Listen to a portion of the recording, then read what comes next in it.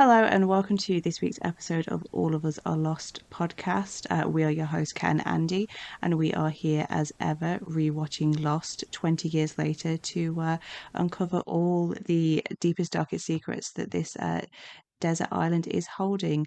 And I believe we're up to episodes 7 and 8 this week, Andy. What are those episodes? So this week's episodes we're discussing are The Moth, which follows kind of background of Charlie and Confidence Man, nearly forgot that there, which is everyone's favourite kind of anti-hero, Sawyer, delving into his background and a bit more of his time on the island as well. Quite nice that these two episodes have lined up next to each other because I think Charlie and Sawyer are both like fan favorites for a lot of people. So kind of getting to find out a little bit more about them back to back is quite nice. Definitely. And they're almost polar opposites. Charlie's, while he has his demons, certainly wants to be loved and likes to get himself involved in everything and is generally a nice guy. Whereas at the minute, Sawyer is just seems a bit of a dick and is trying his best to push people away and isn't really interested in making friends in the island. In fact, he's doing his utmost to just kind of piss people off the more he goes. And yeah, the moth starts the end of the last episode, House of Rising Sun, sort of ended with John Locke realizing that Charlie was an addict and was suffering from withdrawals, and he basically kind of has offered to be, the one that gets him off the drugs and gets him clean, and that's kind of what this episode is all all about, and we kind of find out maybe the origins of his addiction, but I think the interesting thing to me was that it doesn't actually show Charlie as a user at any point in this flashback. Yeah. Yeah, it's kind of heavily hinted at. Um, and initially in his flashback, we see Charlie in a church or a monastery of some kind discussing repenting his sins to a priest. And he's talking about getting women through the band and things like that. Um, he's approached by his brother who says they've got a huge chance to basically make their name for themselves. They've got a record deal with a major label, but Charlie seems kind of reticent to join with that because I think he's worried at this point. He seems to be worried about what his brother's reaction is going to be, as in diving headfirst into the sort of hedonism. And he makes him promise that if it gets too much, Charlie's going to tell them and they're going to split the band up basically, or they're going to end what they're doing in a kind of mainstream fame hungry way. They're going to kind of nick all that in the bud.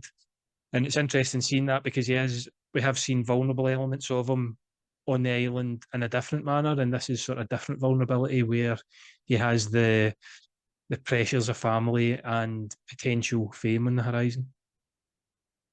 I think he's the little brother, isn't he, as well, which is kind of Mm, strange that it's the little brother looking out for the big brother. Usually in these things, it's the other way around. yeah, yeah, it does seem that maybe his older brother, who I don't have a note of his name there actually, but it seems his older brother is the one that's really pursuing the band in terms of making it a career.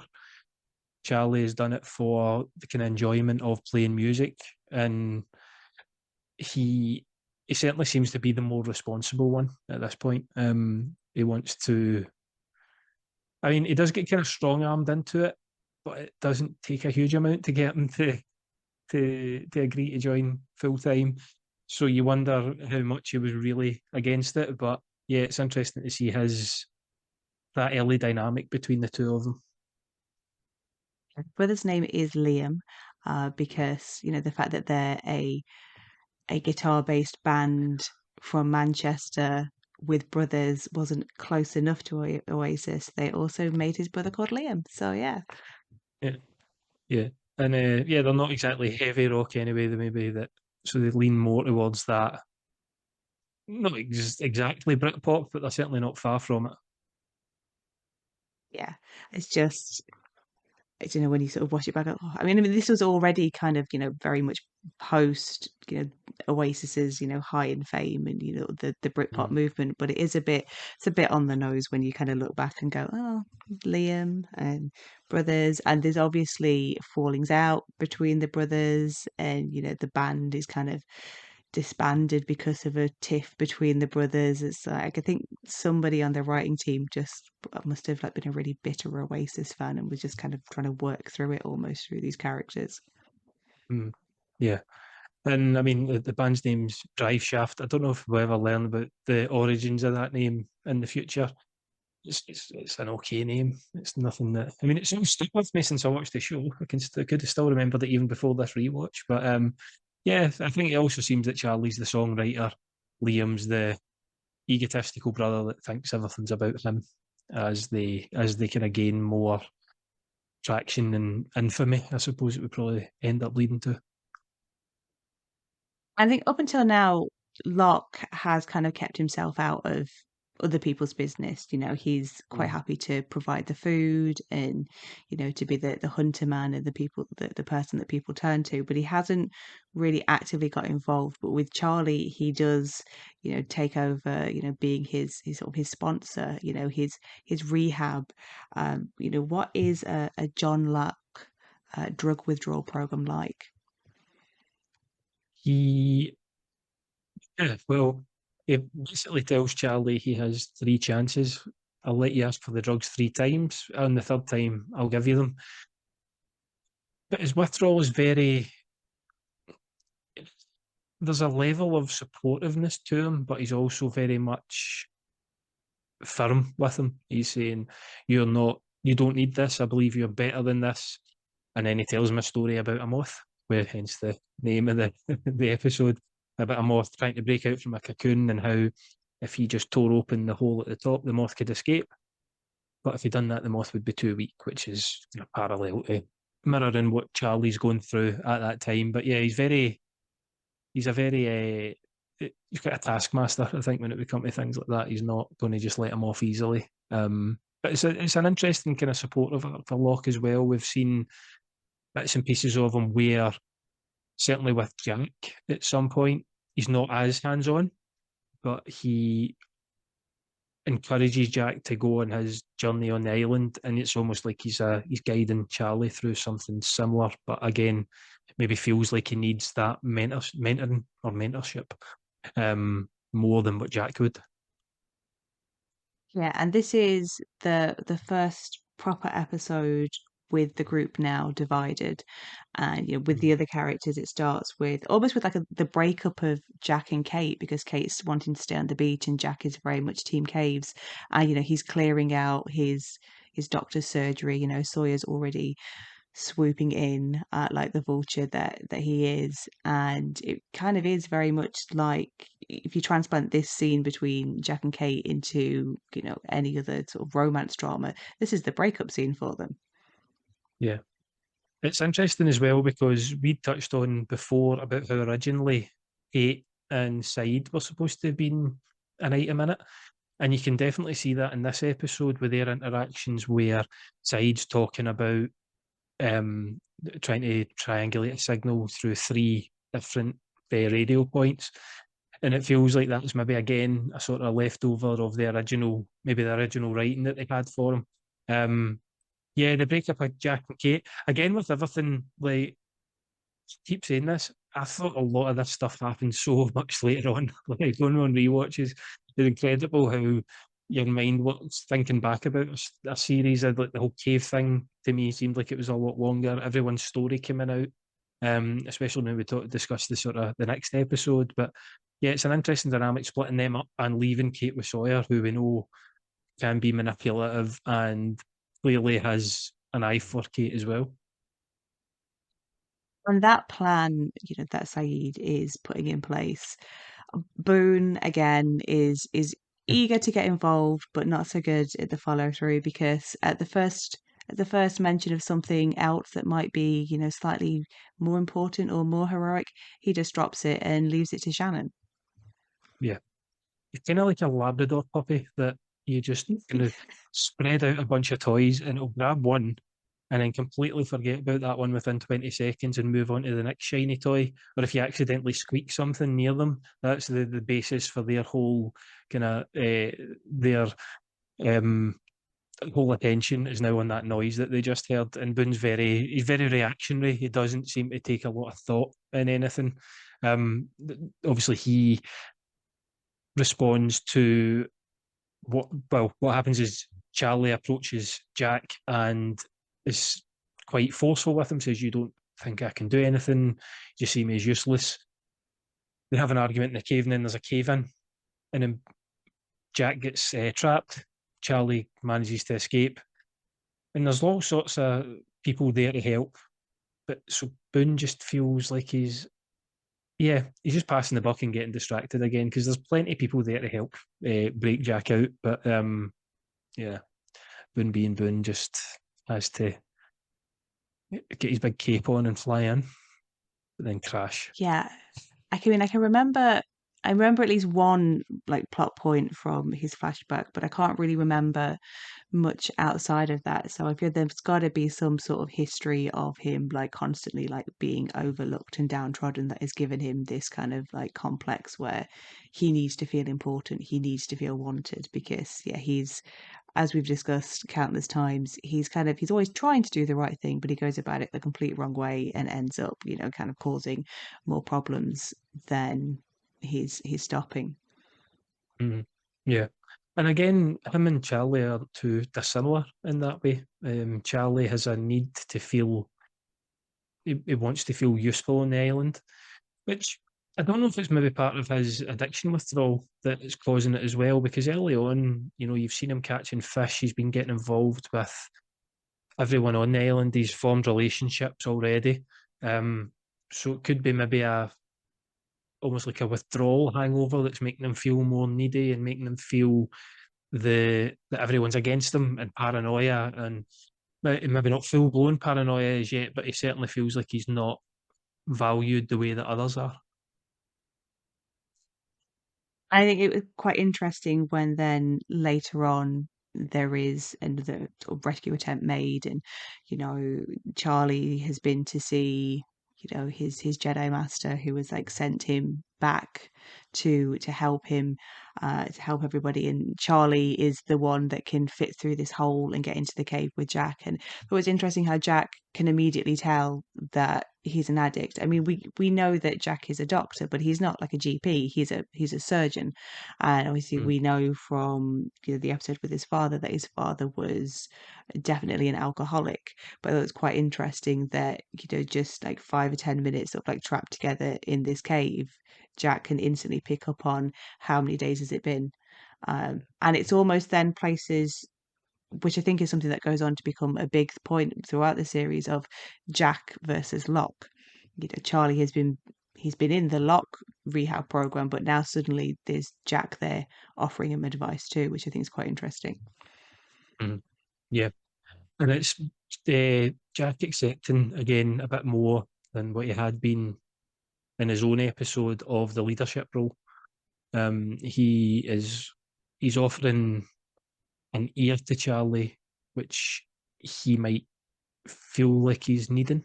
Whereas Locke is he's the heavy hand. He's the one that takes the drugs, forces you into a situation where I would imagine I'm lucky enough to never have had any sort of addiction levels like that. But um, I would imagine Charlie's in a lot of physical and mental pain, and Locke is just forcing him through it.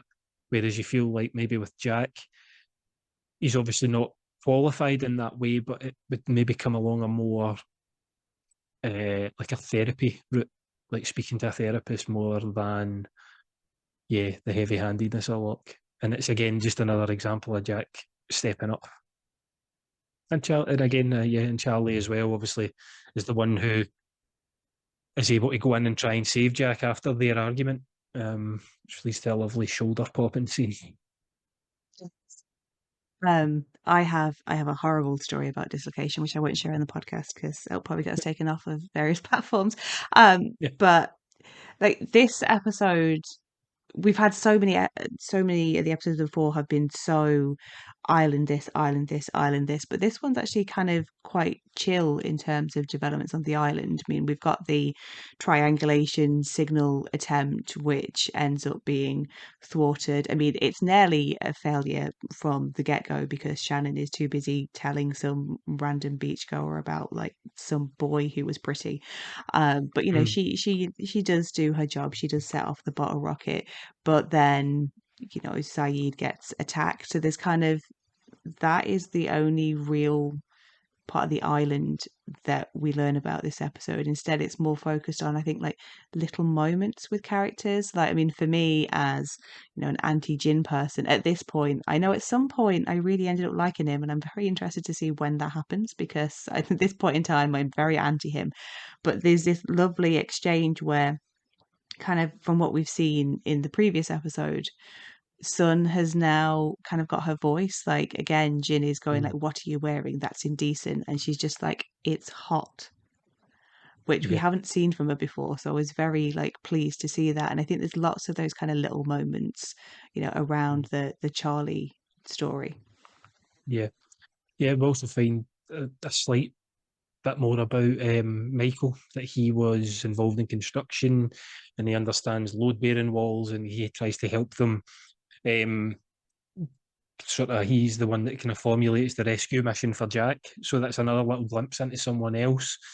Um, and we also get Sawyer being Sawyer, who decides to act as if he's going to be helping Side and Kate, but he's really there because he said he would tell Kate about Jack being stuck. He lets it slip because he doesn't tell her initially. It's just him being his usual self. He seems to be, especially in the lead up to the next episode, which discusses him, we're finding out more about his persona. We always knew he was quite malicious, but there seems to be a level of pettiness and nastiness that maybe we hadn't seen yet. See, I do wonder if he was going to pass on the news about Jack, but then because Kate is just so dismissive of him, and like, of course, why would you ever be here to help? That I think that hurts his feelings as much as he gives off this whole he doesn't want to be a team player, and that he does clearly like and respect Kate. And I think when she says that, it does kind of knock him, and he's very. You know, if Boone's a Labrador, then Sawyer's quite, especially in this episode, like the petulant child. And it's like, well, you've been mean to me, so now I'm not going to be a friend and tell you this information. Mhm. Yeah, yeah, it was a bit of a it's a bit of a frustrating moment because you know she's going to find out at some point, and you're just like, just don't be like that. And there's a TV show I watch, a kind of panel show, and there's a line, "Don't be a dick," and it's exactly like that. Just you're being that for the sake of being it. People are reaching out to you, and you're just swatting them away. Especially someone like Kate, who clearly sees something in Sawyer that the rest of the Islanders don't, especially Jack and Sides particularly don't see that in him. But she senses there's maybe something there that can be worked with, that can be kind of inherently good. I think back to Charlie's storyline, is it's Mm, you know in the present on the island, he is trying to get clean, he's trying to dry himself out, but in the past we are seeing, you know, we've seen that it's Liam that's the one with the problem, and Charlie's very much trying to help him. And then there's kind of like what feels like a massive time jump where mm, we've kind of seen, I guess, that we've seen the start of Drive Shaft as they get their record, then we've seen them, I guess, at the height of their fame, and then suddenly it is post fame, and Charlie is visiting Liam, who is now living in Australia, and he is now this very straight laced, square family man who then refuses to start the band. You know, it's kind of a mirror of that first episode where Liam's like, "Come on, man, I need you," and Charlie's going to Liam, but Liam's not interested because he has managed to get himself clean. And it's at that point that we realize that at some point during this time jump, Charlie has become the one that's the addict. mm. And Liam's very dismissive as well. There's absolutely no sort of inkling of support from him. He straight away goes in the offensive. So you're still using, aren't you? And he's very angry towards Charlie. Charlie responds by saying, "Well, you got me like this," but Liam doesn't seem Yeah. to want to take that responsibility. He's clearly got his brother involved with something that in terms of the drug taking. And once he's fixed himself, he was happy to just move on, abandon everyone, move to the. I mean, Sydney to LA in terms of time and like travel time is as far as you could go in one flight anyway. And he just seems to have been happy just to kind of leave that past behind and abandon his younger brother, even though it's his fault or seems to be his fault from what we can garner from. Yeah, and I think this is kind of one of the main flashbacks, with the exception of maybe Kate and Jack, where you do feel that we are still missing information. I mean, as much as there's that big reveal at the end of Locke's walkabout episode, you kind of feel that you don't necessarily need to know about his accident or anything. You just need to know that he was paralyzed and now he's not. And Mm. the Sun and Jin, I mean, they gave us pretty much everything in that episode. So it's quite interesting that they've chosen Charlie to be another one to tease that there is something more to come. Mm. Yeah, I think that's one of those the writers have done well because they know if they jump all in on every character's flashback, then maybe a season or two down the line, they're not going to have much to. If you want to keep that as your format for your show, you can't go all in because you'll just run out of ideas. And I think them having these sort of time jumps, as you said, with Locke, yeah, we get the beginning and the end. There is a middle that we're not seeing. Charlie's especially, I think, is probably one of the most um, kind of obvious examples of it, where I think we see him pick up the drugs when his brother leaves the dressing room at one point, Mm. and then it just jumps to him being full addict and his brother's clean. So you don't know how the band split up. You don't know what's led to that. There's still more of the mystery of Charlie even in the background now. Then the episode kind of has something of a happy resolve, with Charlie kind of finding his inner power. And he goes to Locke and he asks Mm. for the drugs the third time, and Daddy Locke is not happy because he thinks that he's failed. But then Charlie chucks the drugs into the fire and is seemingly okay. So I guess the island rehab program works. Yeah, yeah, for now, I think is the best way to say it. We get to see the moth fly off, as it was Yeah. again. The moth was something that led Jack and Charlie out of the cave in. And Locke certainly seems to have it's a smug smile on his face because I don't think he'd done it out of kind of like making himself feel better, like make Locke making himself feel better. I think he genuinely was trying to help Charlie. But again, is that something like we have spoke about? What is Locke's ultimate end game in all this? Does he now see Charlie becoming clean as another example of the miracles of the island, or is it like is he projecting it onto the island? He actually be taking some personal credit for it, or is there something more? He now sees that the island has provided for me, it's provided for Charlie, it's provided for Jack with his previous journey, and yeah, it's just another layer to him that it's continual and it seems to be endless at the minute for Locke. Yeah. I just, as Charlie burns the drugs, I just can't help but think they need drugs on the island, for pain relief and stuff. Like, Mm. I understand it's to get the temptation away, but also you can't help but think that morphine or whatever it is, that might help somebody at some point. Yeah. Yeah, if it's any form of opioid and they need to perform. So, I mean, if they'd had that for when the poor federal agent was sticking a bit of metal out his chest, that could have certainly helped. Although turning around and saying, here's my stash, I suppose, isn't an easy thing for a drug addict. So, No, no. But I mean, Jack knows now, so he could have just slipped it to Jack. It's yeah. just, I'm sure. but I guess it's the whole, finality of it. And I guess we should that is a point where we can move on to the second episode of Confidence Man, which I don't necessarily have a huge amount to say because I think it's quite a straightforward episode. Yeah, I mean, it kind of gives away its twist in the title.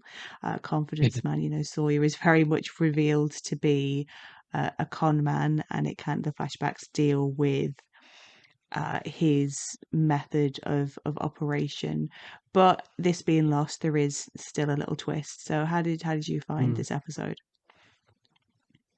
Was found it interesting. Yeah, I think it is another episode that more of the focus is on the islanders rather than anything inherently on the island. There's no monster in the bushes. There's no huge mystery. I think finding out that Sawyer is this con man, you could have maybe surmised that anyway. He seems the type that would be like that. And again, being a con man is, especially with the people that he targets, is very selfish, very much a loner's role in the world. I think the most interesting aspect of this episode for me was Side's character development. Interestingly enough, even though he's not majorly in it, his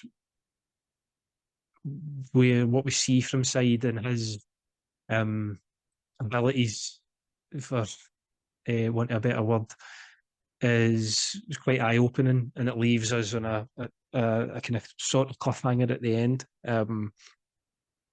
Basically, yeah, his elements of torture and what he's willing to do to try and help, I suppose, is what he's claiming.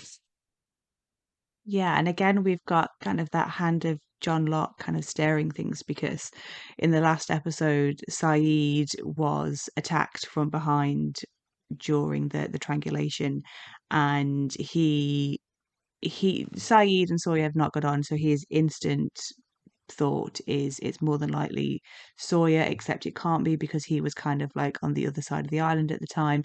But then he goes and has a chat with Trusty Locke, who is like, oh well, anybody that's seen TV knows how to set a long fuse, and then that's all the ammunition that Saeed needs to believe it is Sawyer. And then yeah, we get into this whole sequence of interrogation because um, Sawyer is thought to have taken Shannon's inhalers and they want the location. And so Jack and Saeed sort of team up to interrogate him without any real proof other than a copy of Watership Down.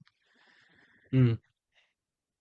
Again, it's I mean, the lock thing was just, I thought Terry O'Quinn in that point was brilliant. He just nonchalantly making a spear or something, just hand side the knife, which obviously is what Side uses to sharpen bamboo. I'm assuming to rip off Sawyer's fingernails. Thankfully, this is early noughties TV and not Game of Thrones. Yeah.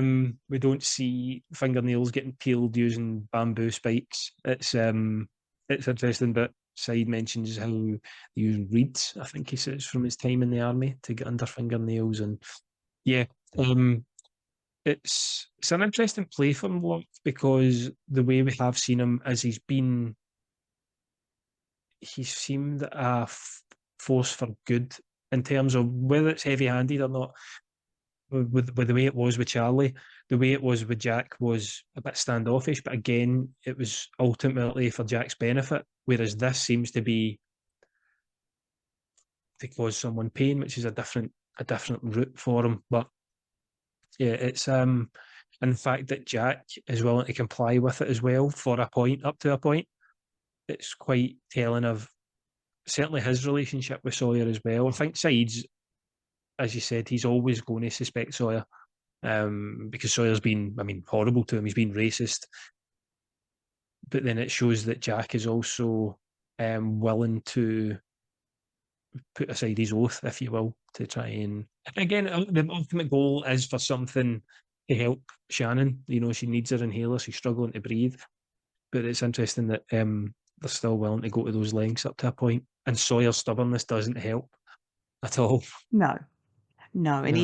even Kate almost kind of washes her hands of him in this episode because of his actions, and he's very, Mhm. kind of looking back, the whole like I'll tell her for a kiss is, it's not the best in No. terms of treatment of female characters. But Mm. when Kate does give in for that kiss, that's that's a long kiss, and I think that's where the audience start to realize that there is maybe a deeper connection between these two characters that could then cause further friction with Jack.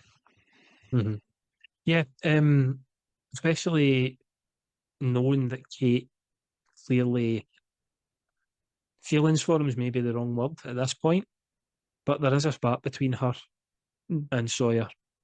Is it the bad boy element again? As you said, female characters in Lost aren't particularly well written, certainly at the start so far. Um, is it the stereotypical? Here's the bad boy. The wee country girl is just besotted by him. She wants to run off with him into the woods. I don't know, somewhere good in the back of his motorbike. Um, and but then, as you said, in terms of causing friction, Sawyer has already had a couple of barbs at Jack. He says, I don't know, does he, maybe jumping ahead a wee bit, does he mention the kiss to Jack? Well, he mentions that there's a connection, doesn't he? There's a spark there. And Jack, you can clearly see his hackles are up. He's turns to Kate and says, "Oh, is there?" Like again, it's like playground stuff. Someone's Mm. pulled her hair, she's fell for it, and then the guy that was really into her is sitting in the background just in tears. It's one of those again stereotypic, maybe not well written love triangles at the minute. Definitely, but it's like not only is he the bad boy, but he's the bad boy with the tragic story because Mm, he has this letter that he's been carrying around, and he gets Kate to read it, and initially she thinks it's from a child whose life was ruined by Sawyer's actions as a con man, but then she, through some detective work of looking at like the post stamp, she realizes that actually Sawyer was the boy. And then we find out that Sawyer's not even his name. He's just at some point in his life, he has become this monster who he grew up hating, and as such mhm. has kind of adopted his persona almost. Yeah, yeah, and it's the first time I think you see emotion from Sawyer that isn't cockiness or anger. There is, I think, Josh Holloway again. He's really good in the sort of closing scenes for his character in this episode by showing someone who is struggling with his past. They all struggle with the past. I mean, no one in this flight was just a guy called Brian who fancied a trip to LA. That everyone has something dark. Maybe there is, but it wouldn't make for a very long or good episode. Um, and yeah, he's particularly struggling with his past emotionally, not in a well, there will be elements of anger, but it certainly seems to cause him grief and upset as well. There is you can see it in his eyes, especially when he's forcing Kate to read the letter before we find out the full story. Um, when you're looking back at that scene, having known what the letter kind of entails, but we also see in his background and in his flashback that there is still some morals to him when he sees that couple have a small child. It's looking back at what has happened to him, and he walks away from a deal that could make him, well, double his money, basically, from what he was trying to do from ripping them off. And it's another kind of string on his bow. Exactly. And amongst, the nastiness of the interrogation and the peril of, Shannon maybe dying. I mean, at this point, I don't think anybody's particularly attached to Shannon, so it wouldn't have been that bad. But, Sun's around to save Yeah. the day with the eucalyptus. But my favorite aspect of this episode is just a little subplot with Charlie trying to get Claire off of the beach. He doesn't want this pregnant woman sat in the sun, so he goes on this quest to find peanut butter, and there's this really funny exchange between him and Hurley, where again Charlie is acting as the audience and being like, "Well, you must have food, dude, because the size of you." And then we get this, Charlie Hurley's really hurt because he explains his reasonings for why it doesn't appear like he's lost anything. And then there's this really sweet scene at the end where Charlie goes to Claire with this empty jar and pretends that there's peanut butter in it, and that's kind of enough to sort of win her over and get her to leave her perceived safety of the beach to go to his perceived safety of the caves. Mhm. Yeah, Hurley has the best line where he says, "I've went down a notch in my belt. I'm a big guy. You're Yep. not going to want a piggyback off me soon. We get a piggyback for me soon. Sorry." Yeah, that was a cracking scene between those two. Um, the scene with Charlie and Claire is fantastic, but something just gave me the kind of ick when he's putting his finger around that empty jar and he just seems to suck on his own finger. It's just like, oh no, it's obviously a really sweet way, but it was just it just kind of gave me a bit of a shiver. But ultimately, yeah, it's for what he perceives to be the good for the good of Claire, which I can understand. She's going to be sitting in ridiculous temperatures all day. But why not come into the humidity of a cave that has just collapsed, with bodies lying everywhere and and creepy dolls? There is that moment at the beginning where she's like, but I want to stay on the beach, for when the rescue comes, because obviously Charlie is part of that inner circle that knows that no one's probably coming to rescue them. So Mm, there is that kind of like, oof, like these two are becoming, really close, but Charlie is hiding this big secret from her, which is, sure to come out at some point. I can't remember when it comes out, but it's obviously going to come out at some point. mm, yeah, yeah. But I think it's a building of relationships, and I think especially after what Charlie's just been through, having him get that sort of positive interaction, a bit of happiness, because he clearly has a not necessarily a thing for Claire, but he has an affection towards her. And it's maybe a sort of paternal thing as well because she has a child in the way. Um, and it's good seeing him have that bit of happiness, I think, as well. Although And the episode doesn't necessarily end happily, I don't think. no, and then we end with the group fracturing even further with Saeed, wanting to repent for his actions. He's going off into the wilderness to map the island and I guess find himself. Mm, yeah, you can tell. I think I mean, we kind of forgot to mention the part with Sawyer where the Saeed and Sawyer are grappling, and Saeed stabs him in the arm, which leads to him potentially, well, more than likely going to bleed out unless Jack can help him, and that's what happens. Jack's able to fix him up and patch him up and send him on his way. But Saeed is massively affected by this. We know that Saeed has a military background. We know that more than likely now he has tortured people, many people, and he's tried to leave that behind. But when it's came down to it, primally, in a kind of primal instinct, it is what he's good at, and he doesn't want to be good at that.